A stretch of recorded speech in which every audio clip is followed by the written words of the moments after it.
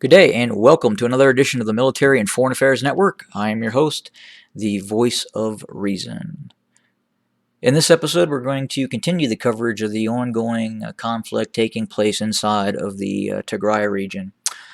So, fighting continues inside of Tigray, and I wanted to kind of give a situational update on what is currently occurring. So, first off, we are aware that all Ethiopian forces uh, made the decision to pull out of the town of Adigrat, and a large formation of Ethiopian army forces proceeded to head south a few days ago towards Mekelle. These forces, or many of these forces, have been in fact trapped prior to getting to Mekelle. And we're seeing these forces being engaged by the Tigrayan Defense Forces in and around cities such as Nagash and Wikro, and even south more towards Agula. But these forces that were in Adigrat attempted a breakthrough south in order to get to Mekelle, as Adigrat has been partially surrounded and blockaded by the Tigrayan Defense Forces. These forces, again, most of which are now trapped in the middle areas along the A2 highway leading south towards Mekelle. Mekelle is indeed surrounded and also blockaded. Getting to Mekelle from the A2 highway heading south into Mekelle is very difficult, if not impossible, for military units. And then obviously having military units move south from Mekelle towards into southern Tigray is incredibly difficult as well. So many of these military units that are inside of Mekelle are in fact under siege inside of Mekelle, and the only real way to move forces into Mekelle is via air flights. And with the loss of that one C-130, my understanding is that is the only C-130 in the possession of the Ethiopian armed forces. There are about 4 other small transport aircraft that can move equipment, supplies, and forces, but not of the size of a C-130 aircraft.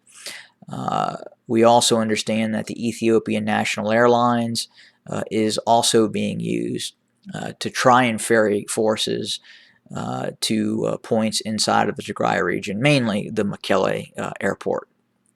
But the Mekelle International Airport obviously closed to civilian transportation, and any flight that is flying into Mekelle International is of a military nature.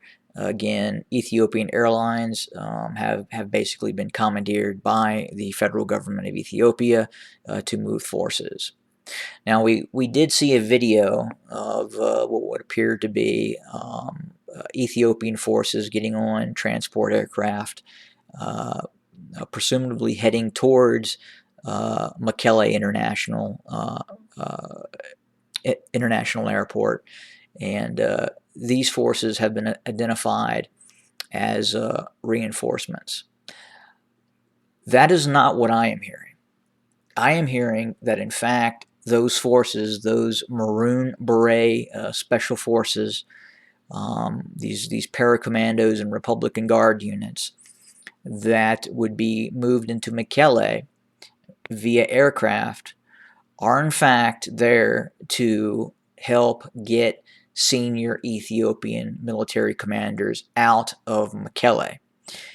The level of capacity in terms of moving forces by the Ethiopian government into Mekelle with aircraft is not that great. They can do it over a period of time with many flights, but obviously the Ethiopian Air Force and Ethiopian Airlines just doesn't have that kind of capability to move huge amounts of forces into Mekelle quick enough to reinforce the city of Mekelle. So in fact, I believe that these forces that could be going into Mekelle via air flight are actually there to help get senior leaders, senior Ethiopian commanders out of Mekelle who are trapped there right now. And there is grave concern by the Ethiopian General Staff that a fairly significant offensive could be launched against Mekelle, and the city could in fact fall. We've also heard reports that lower level commanders are in fact having discussions with the Tigrayan Defense Forces if this should occur. And we could see a localized military coup d'etat inside of the Tigray region. We could possibly see a localized military coup d'etat take place in other military units inside of Ethiopia as well. The Ethiopian government right now is in an incredibly precarious situation, and there is concern, there is chatter that there are some incredibly unhappy military leaders inside of Ethiopia that could be looking to take action against the government inside of Ethiopia.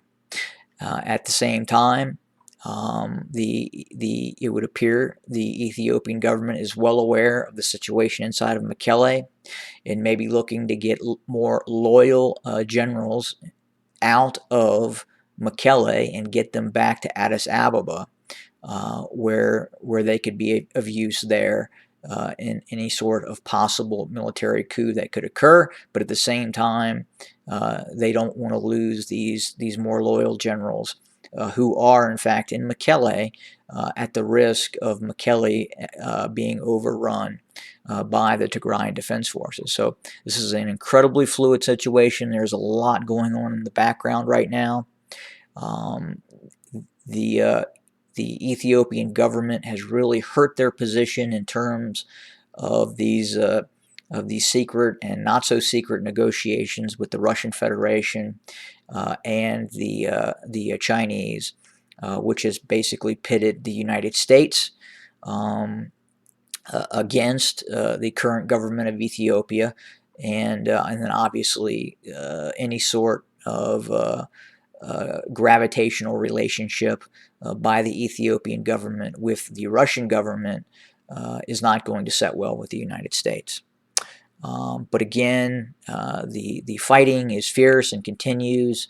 The Tigrayan Defense Force operation has been incredibly successful, probably more successful than the TDF initially estimated in terms of how successful they would be in launching this operation.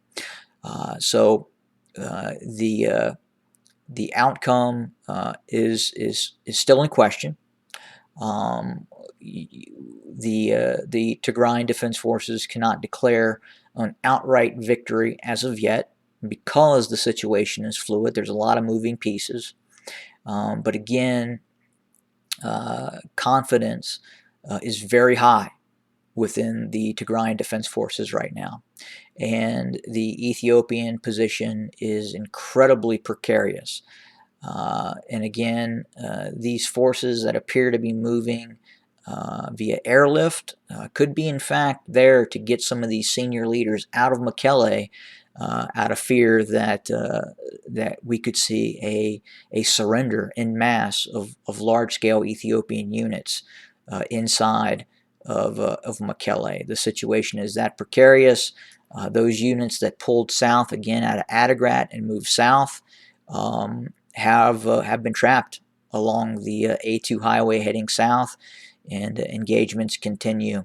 Obviously, in some of those southern cities leading south towards Mekelle. The real question is, what is the Eritrean army going to do? I think Isaias Afwerki right now is letting things unfold. I think the destruction of the Ethiopian army inside of the Tigray region may only help Isaiah Afwerki, and I think he's kind of playing two sides of the coin, so to speak, right now. Obviously, he still wishes to eliminate the TDF, but at the same time, eventually, a weakened Ethiopian army would only help the Eritrean army. And I think that is what he is doing right now in terms of looking to reinforce his position, especially in that northern buffer zone. But this could really, again, get really out of hand for the Ethiopian government and the Ethiopian army. And in these sort of collapses, sometimes you could quickly see just an incredible dramatic momentum shift where you could see possibly an OLA, Oromo Liberation Army, and possibly even units of the TDF start to head south into Ethiopia proper, and looking at targets, obviously, such as Gondar in Amhara province, and then obviously Addis Ababa is not out of the question as well, especially if we see a total collapse of the Ethiopian armed forces, which I believe we are in fact starting to see. I will continue to monitor the situation and report as things occur. But again, very fluid situation, and we will continue to observe. Thanks, everybody. Have a great day.